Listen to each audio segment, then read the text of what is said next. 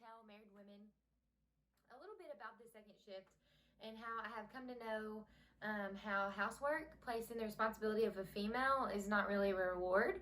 It's most definitely a cost, and some advice on how to deal with the heavy weight of housework after working a full-time job.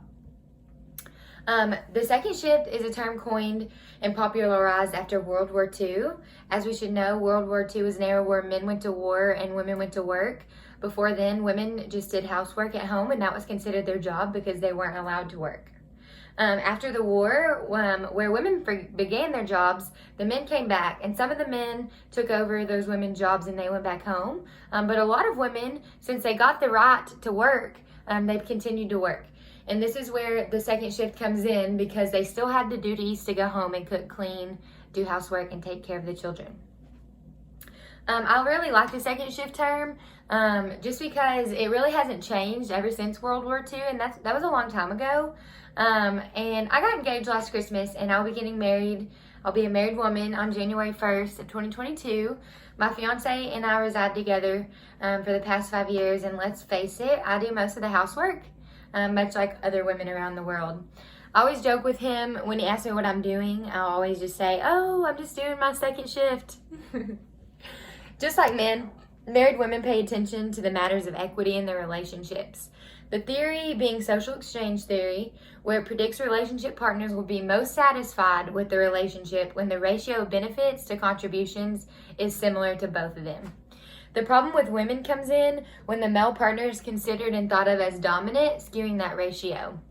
This plays a huge part in the housework that is pushed on to married women, and even women that just live with their significant other. By rewards, we refer to the pleasures, satisfactions, and gratifications. By costs, we refer to any factors that operate to inhibit a sequence of behavior. Thus, cost is high when great physical or mental effort is required. And that is required very much when you're doing all of the housework all by yourself. Favors to your partner or husband may be physical or psychological. Although physical behaviors have psychological undertones, they include such behaviors as giving a monetary loan, satisfying sexual desires, having a dinner date, and protecting another against physical harm. Also, this is the key, providing an extra hand when one person is incapacitated or lazy, or offering some expertise that the other person lacks. Today, I really want to weigh in on the rewards and costs of providing an extra hand, along with implying that you need some help, and how women take the brunt of housework in a marriage and still make it work. According to the Journal of Marriage and Family, labor is viewed as the result not of cooperation between spouses for the common good, but rather of a process of contestation, so contests all the time, and negotiation, which wives have a weaker hand than husbands. The generally weaker position of women in this bargaining process is readily understood in terms of their typical lower earnings or easier jobs compared to their male partners. Men feel that since they work harder, they shouldn't have to do the housework. Over time, I've learned that men seemingly refuse to put their dirty laundry, into the designated place, whether it be a hamper, a basket, a special chair in the room, or even the laundry room right in front of the washer. They typically drop them where they please, leaving the woman or wife to trail behind them, cleaning up after them. If you have kids, it's even worse. The rewards to the wife constantly doing the housework is typically lower than the costs, and the costs are even high. Time in the evenings after work is limited, and the time you actually get to spend with your husband is limited. And you can bet by 10 p.m. the wife is down for the count. In my 5 years of living with my fiance, I have learned that politely asking for help is the way to go. Not complaining, but asking them to lend a hand.